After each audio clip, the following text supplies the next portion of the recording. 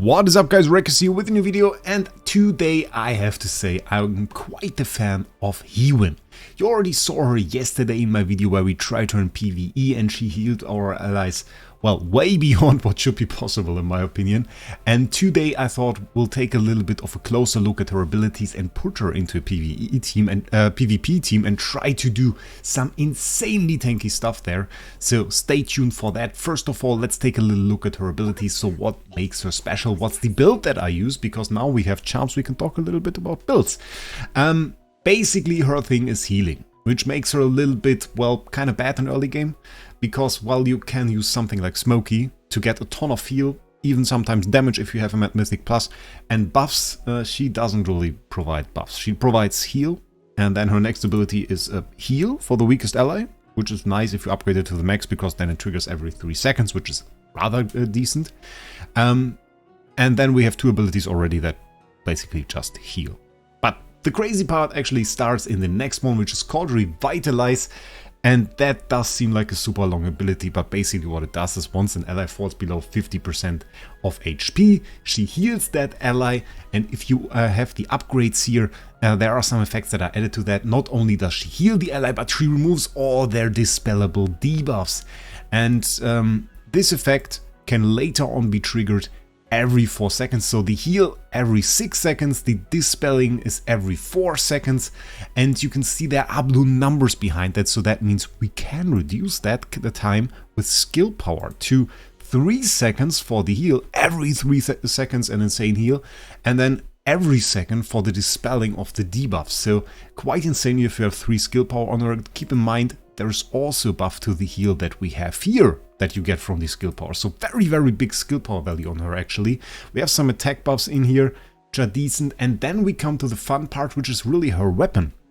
And once you get her to Mythic Plus, Hewen is basically unaffected for 6 seconds, which means she can't be CC'd for 6 seconds. And while she's casting Rain Prayer, which is her ultimate skill, all allies take 30% less damage. And the Rain Prayer has a pretty decent duration of 9 seconds, so it's not bad at all. This even gets buffed later on to first 32, then 34 seconds, on the last one even to 36, which I haven't unlocked. And we get some insane buffs from the ability upgrades. +5, we get 300 initial energy, and the further reduction, which means we start with basically half an ult, which is pretty decent. And then on +10, when Rain Prayer takes effect, we get the healing, we get the buffs from Revitalize, which was the ability we just talked about. So you gain the buffs from that, which is insane. And we'll see how great that really is in a second. And then for Supreme Plus, we also grant some haste while Revitalize is in effect. So also a very nice haste buff, which combines pretty well. This season, on top of that, we have an attack and a haste buff for the ally who's dealt the most damage, so we get a little bit of a buff capability there. In terms of a build, I use this build at the moment. I have the Vitality and Skill Power charms, the recovering charms. They are pretty nice. They are also recommended by the game, actually. The game recommends this one Vitality Skill Power and this one HP Haste. Haste, of course, very nice.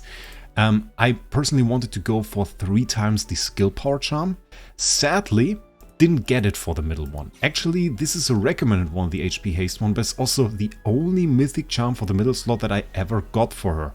So, yeah, bit sad, actually. So we are living with 2 skill power instead of 3, still fairly decent. We also have some extra heal in here, and I think we're going to take her into PvP, and what we're going to try is we're going to try to be super tanky, which, I mean, might just cost us a few points.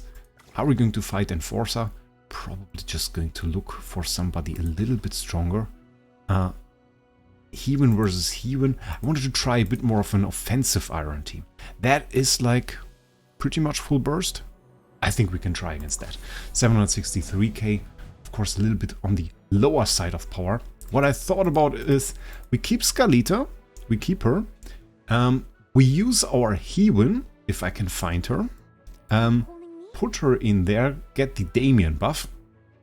And then on top of that, I wanted to try and do a little bit of Parisa action. We saw that before, we tried that before in PvE. They actually did extremely well.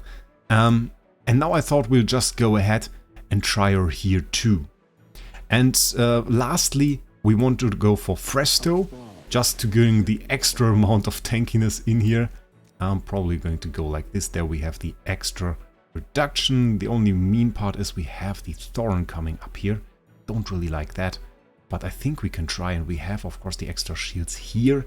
There would have been an option to actually put one Fresto over there, but this map makes it extremely difficult to get the damage reduction on him going.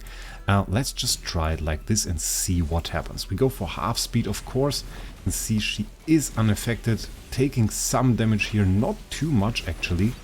Now we got a little bit low.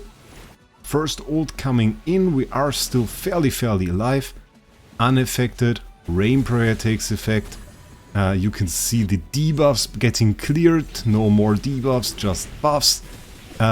Barely taking any damage. Parisa now starting her next ult and wiped out that iron with a single hit. Still healing a ton actually. Now our Scalita came down, nuked the Thorn away. Our hero's actually on one place there, and we got the nuke on the Carolina. The only thing I didn't really like here is we had our heroes so close together that they took fairly big amounts of damage from that Carolina. You can see it right here. But Parisa actually doing really well in this team. And we can see the big healing amounts from here when we got heals from Damien plus some extra haste there. And our team took a ton of damage, still managed to survive. Very nice. I like it. Let's give it another try. So we have an 808k team with Vala. I don't like Vala. I don't necessarily want to fight Vala. Shrimp. Full 5-star weapons there. Okay, Shrimp is in my guild as far as I remember. So it's a bit mean to attack him. But he has done that often enough to me. So we will just go with it. We'll just go with it and attack this dude. And see if he can wipe out our team. I'm a bit afraid of the Scalita, though. If we can get like the ult, survive the initial hits, I think we might be good here actually. It's good that the ult of our Parisa hit the Thorn before he started his ult. Otherwise, yeah, that could have wiped our entire team at this point. That would have not been too great. We are at pretty full HP, which is a bit of an advantage for this Scalita coming down, because she cannot nuke us that easily. Our Scalita now coming down, and she should actually put this Thorn in a world of pain, which I hope happens, because I really want to get rid of this guy. Ooh, oh, Parisa, that actually... And that was the Thorn hit. Oh no, did we get Thorn wiped? I think we got Thorn wiped. Oh no. Oh, that's so sad. I mean, we were in a pretty good position until that Thorn absolutely destroyed us. Oh, that was actually quite sad. Look at how much damage that Thorn took. We will do it in double speed. I mean, the HP values are certainly going down, but like for a Mythic Plus, that's actually quite decent. The main body of our Fresto does like nothing though, because it gets pulled over there. On the other hand, it would be quite sad to lose out on that value. And we were unlucky there. Because the thing is that Thorn just died. Didn't get hit there at all for some reason. Don't really understand why. And yeah, that was quite bad. Or was it the Scalita? Looked more like the Scalita actually killing us. So that was actually a bit sad. Maybe let's try taking Paradise. It's like a tank team versus a tank team though. I'm not sure this is going to end well. The problem with that is probably... I mean, he's going to be tanky, we are going to be tanky, and in the end it's going to be decided by Scalita. Now it's no fun at all. I want to attack somebody else. Bloody whale! Look at that! He wailed full Paragon 2. Okay, come on, we attack Megafungi. He won't mind. He won't mind, he's probably going to win. So, no matter what, we are in a good position. Okay, set up the team. Yeah, Paragon 2. Look at how we got Paragon 2 on all of those heroes. Madness! Madness! Last time I checked, he had Paragon 1. So we are fighting Paragon 2 heroes with the mythic Fresto. Yeah, and Mythic Plus at least. Well, we got something there. Got a little bit CC'd there. CC'd twice in a row, actually. Oh, that didn't end well. That didn't end well at all. Don't want to say it ended super badly. But it certainly did, so... I mean, it could have gone a bit better. I think we were a little bit unlucky there, actually.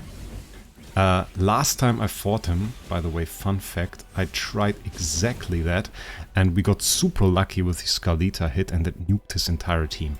So in this position, we were actually a bit too slow. But in terms of power, we fought way up. We fought way up here, so yeah. Maybe let's try a little bit of a switch to that team. Let's not attack Andre. We don't want to attack all my guildmates all of the time. 832k. Let's again with the Thorin. I hate Thorin. I hate this guy. Yep, we can attack this. That looks very nice. That looks pretty bursty. I still kind of like the Parisa. It's pretty big damage, honestly. But maybe let's go for a little switch here. And actually switch her out for... Do we go Roan? Just for extra energy and see what happens? Or Florabelle. Florabelle is certainly an interesting choice. Let's go for Florabelle. I like that. So let's go with that. Let's see what happens against a full-on burst team there. Got demobilized there. Demobilize hurt us, I think. Because we get the extra control stuff from the Paragon. Of course, if he has Paragon 2, we have no Paragon. Oh, that's not going to end well, at least not in PvE. And one disadvantage, I have to say, is sometimes this ult just comes a little late.